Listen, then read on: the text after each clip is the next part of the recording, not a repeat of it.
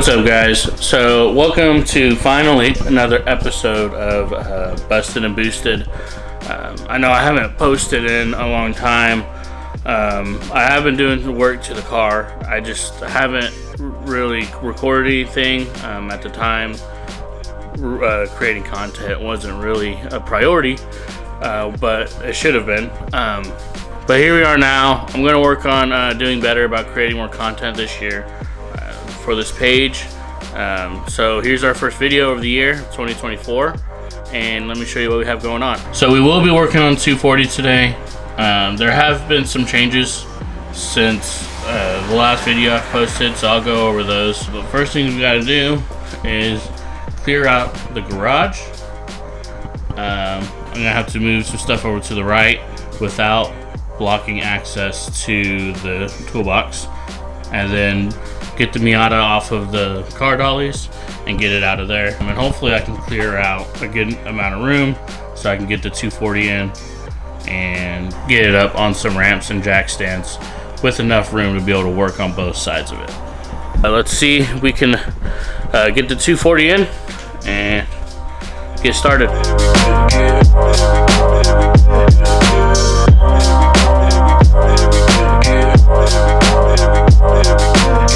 I forgot that my wife and I are currently sharing a shift knob.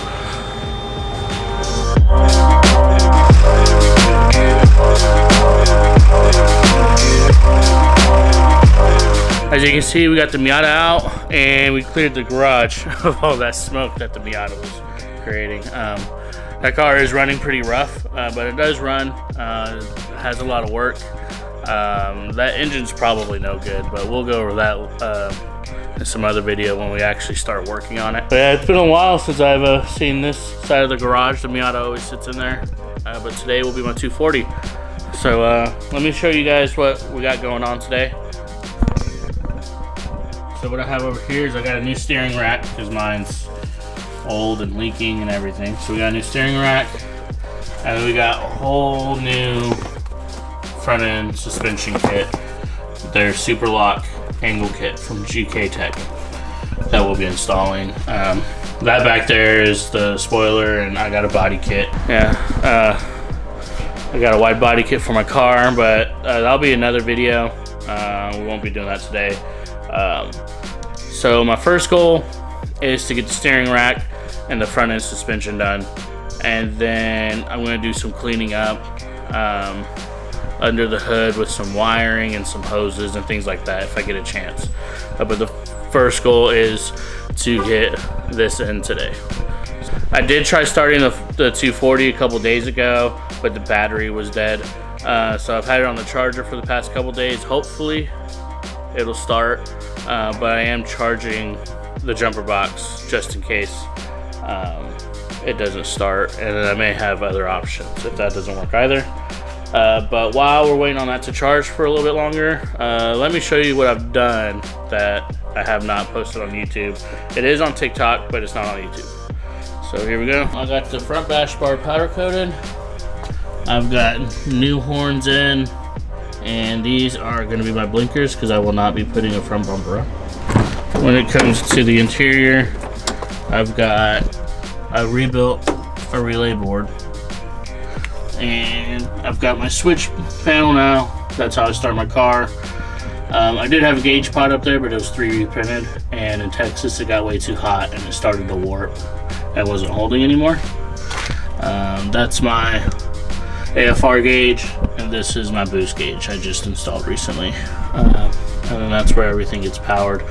I will clean that up eventually. That's more just to make sure everything's working and easy access. I got this heel plate on, racing seat, and the whole roll cage. It's painted purple, kind of. Paint didn't hold that well, but it's alright. But it looks really good. I'm super excited. It does run pretty good. It has a slightly rough idle, but it does run. The tune could be better, and that's another thing I'll be working on eventually. And then I do have a 5-point harness that I haven't installed yet that maybe I can get in today. and I got a bunch of other miscellaneous things that I can put in.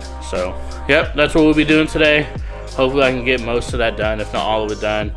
It is like 8:45 in the morning, so I do have plenty of time to work on it. And then just so y'all know, I do have a couple friends coming over later. They want to help, and then one of them, he has a 4Runner. He needs some work done, and he needs some of my tools to do it. So, and they're not really big on being on camera, and I'm going to respect that. And I'll probably stop recording during this period of time they're here. It may only be a couple hours. So if there is a gap in the video, that's why I may try to do a little bit of recording while they're here, but I'll try to avoid getting them in the video because that's just not something they're comfortable with, and I get that. So alright, we just gotta wait for that battery to charge. Alright, let's see if we have any luck getting this 240 started.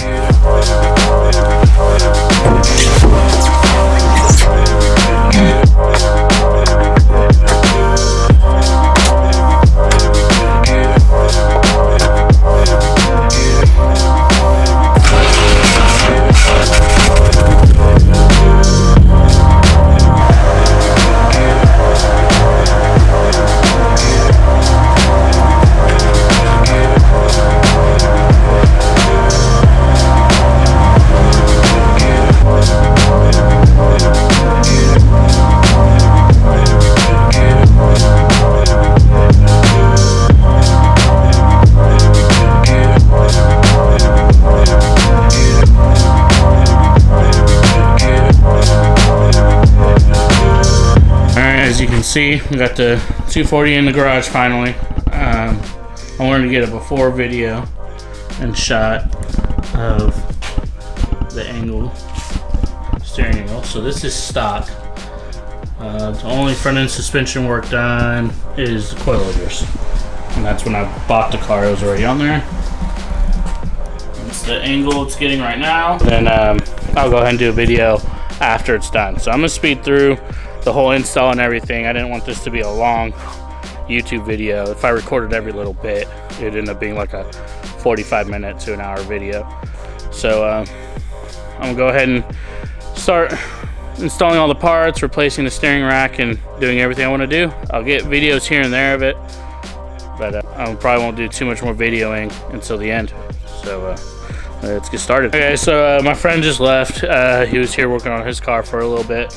But I'm going to show you where I'm at. So I got the parts off of the driver and passenger side. That's my old steering rack there. And then I started working on the new steering rack. So this is new but used. It was rebuilt, but it's in much better condition than mine. I got the offset spacers here.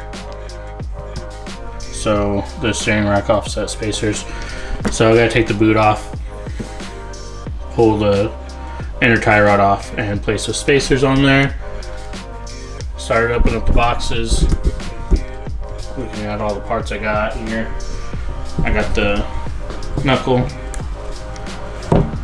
and then this is a control arm here. So I'm really excited to get all this on.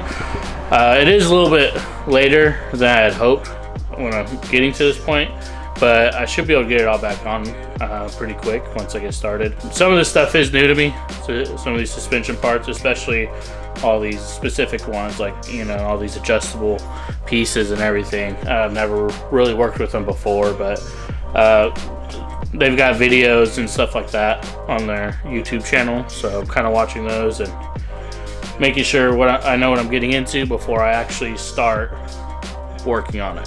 So I'm gonna go ahead and get started on it, and hopefully I can get this done pretty quick.